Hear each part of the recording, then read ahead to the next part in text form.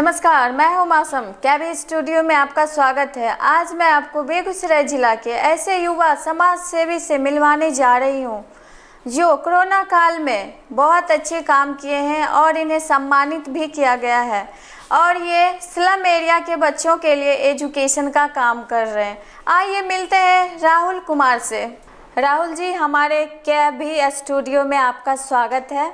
जी बहुत बहुत शुक्रिया। सबसे पहले मैं राहुल कुमार आप समस्त टीम केवी स्टूडियो को तहे दिल से शुक्रिया करता हूं और आपके टीम सहित मैं डॉक्टर रोशन जी का बहुत बहुत बधाई देता हूं कि आप लोगों ने आज बेगूसराय ज़िले से, चाहे राजनीति से जुड़ा हुआ लोग हो, चाहे शिक्षा से या चाहे खेल कूद से, उन लोगों को आज देश स्तर तक और बड़े मंच प्रदान करने का मौका दिया है। इसके लिए तहे दिल से शुक्रिया आप लोगों का। आपके मन में ख्याल आया कि आप एक इंजीनियर हैं, जिस प्रोफेशनल से आप हैं उसके लिए आप काम किए हैं। अच्छा। तो सबसे पहले मैं बता देता हूं कि जब मैं इंजीनियरिंग कंप्लीट किया तो मैं कंस्ट्रक्शन डिपार्टमेंट में काम किया जी। और काम करते वक्त मुझे ये एहसास हुआ कि मैं जो बाहर काम कर रहा हूँ, इस स्किल का जो हम अपने बिहार से बाहर हम इसको लगा रहे हैं, तो मैं इस स्किल का यूज अपने राज्य में भी लगा सकता हूं और यहाँ भी बहुत सारा काम है जो सिविल इंजीनियरिंग का यहाँ पे कर सकता है जी। और इसका बेहतरीन यूज यहाँ पे प्लेटफॉर्म है। और जहाँ तक की बात है, मैं आपको बता देना चाहता हूँ कि यहाँ पे भी जैसे कंस्ट्रक्शन डिपार्टमेंट में बहुत सारा वर्क है, चाहे रोड हो, चाहे सड़क हो, चाहे ब्रिज हो, चाहे बिल्डिंग हो। आजकल आपको ये पता होगा कि जिस तरह का ये कंडीशन क्रिएट हो रहा है, चूँकि छोटा छोटा स्पेस है हमारे पूरे मार्केट में भी, हर एक लोग के पास छोटा स्पेस है और उस स्पेस में चाहता है कि बहुत बेहतरीन मेरा घर है, घर हो, हम लोग सुइटेबल होकर रह सके। तो इसमें सिविल इंजीनियर का बहुत बड़ा योगदान है। जो सिविल इंजीनियरिंग का जो डिग्री लिए हैं तो वो इसमें अपने ज़िलेवासी को सहयोग कर सकता है और उसमें डिज़ाइन में, कंस्ट्रक्शन में, सुपरविज़न में और उसका नक्शा बनवा के नगर निगम से पास करवा के।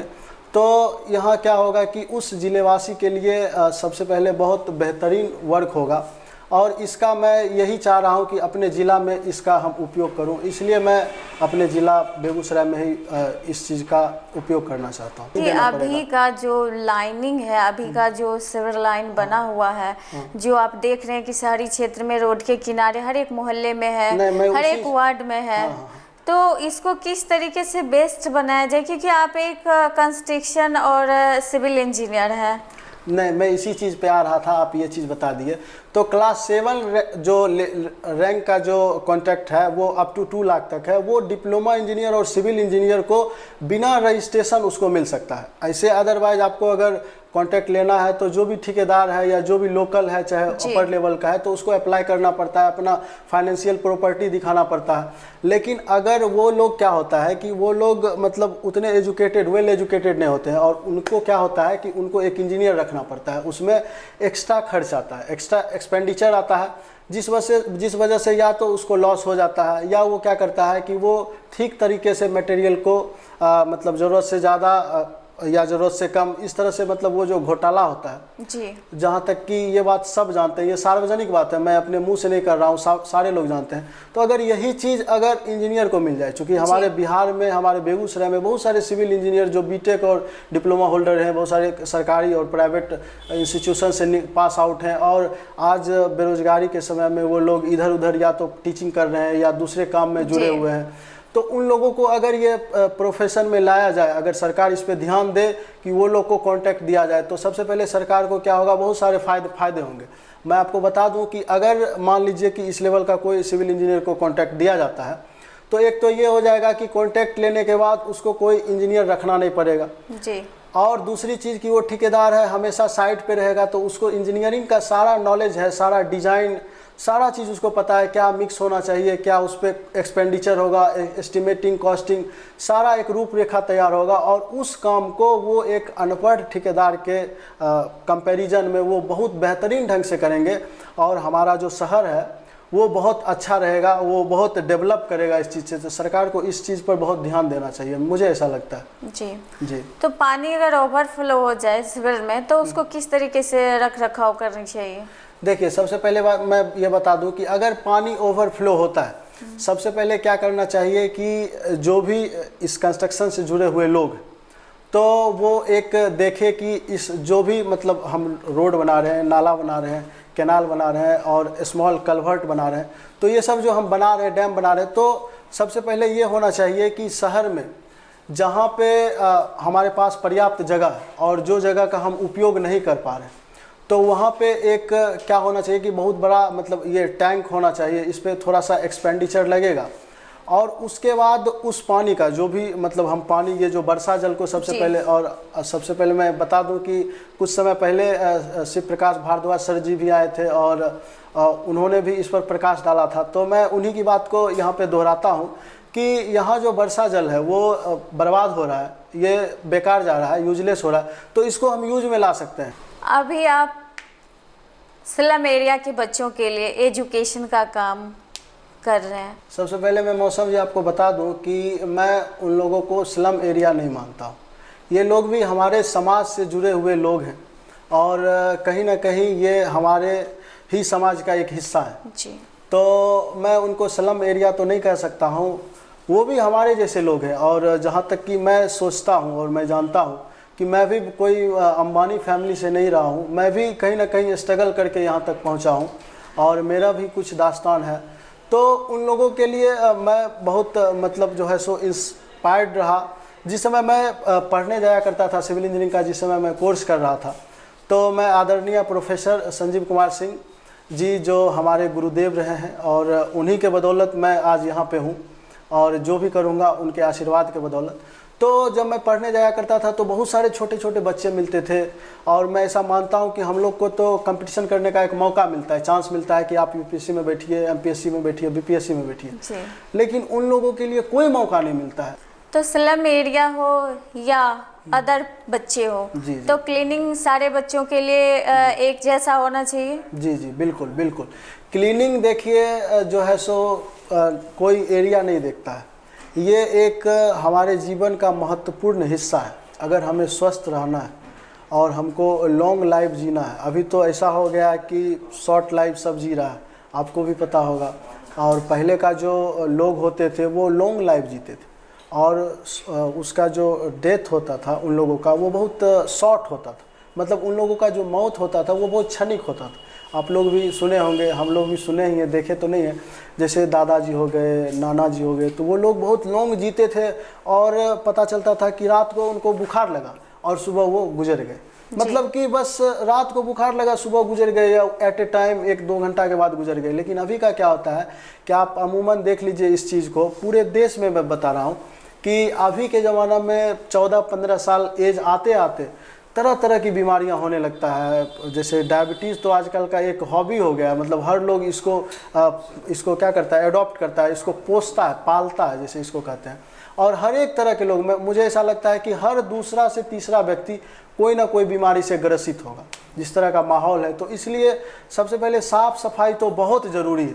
मैं शिक्षित तभी हो पाऊँगा जब मैं साफ़ सफाई पर ध्यान दूँगा, और जब मैं साफ़ सफाई पर ध्यान दूंगा तभी मैं जी पाऊंगा और तभी मैं शिक्षित हो पाऊंगा। तो साफ़ सफाई के लिए सबको जो है सो इन्फॉर्म्ड करना, सबको जागरूक करना इस पे ज़रूरी है।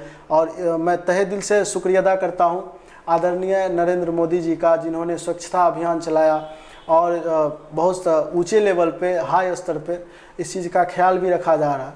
तो ये चीज़ तो होना चाहिए, इसमें कोई बुराई नहीं। आप कोरोना काल में घर घर जाके सैनिटाइज किए हैं। जी जी। और आपको WHO के तहत सम्मानित भी किया गया है। तो क्या सरकार से, समाज से हटके कभी आप सोचे हैं कि इसके बारे में क्या करना चाहिए जिससे ये महामारी रुक जाए? जी। क्या ख्याल है आपका?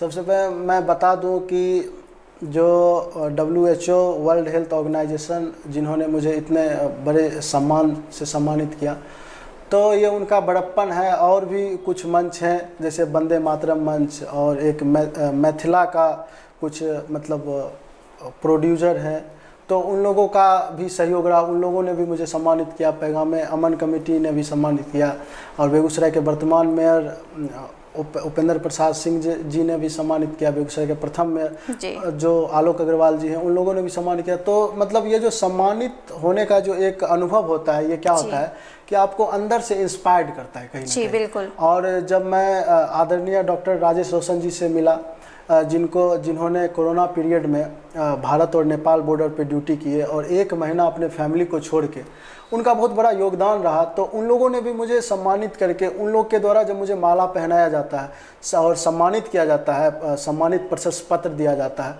तो अंदर से कहीं ना कहीं मोटिवेट होते हैं उन लोगों को देख के कि मुझे भी कुछ करना चाहिए समाज के लिए, और इन लोगों को देख के अच्छा लगता है।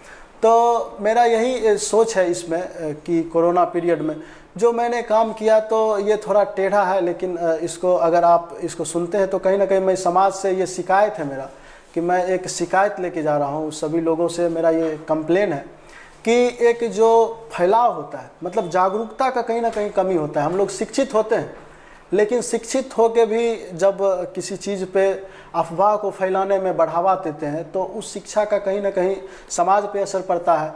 और उस शिक्षा का कहीं ना कहीं मैं कोई अर्थ नहीं समझता हूँ कि आप जब शिक्षित हैं, मान लीजिए कि आप शिक्षित हैं और किसी को अगर कोई शिक्षित लोग को अगर सांप बाइट कर लेता है तो वो अगर झाड़ फूक के यहाँ जाता है, तो ये सबसे बड़ा अफवाह समाज में। तो उस समय एक जो है सो अफवाह फैला हुआ था कि कहीं ना कहीं ये जो कोरोना है वो मुस्लिम कम्युनिटी से फैल रहा है।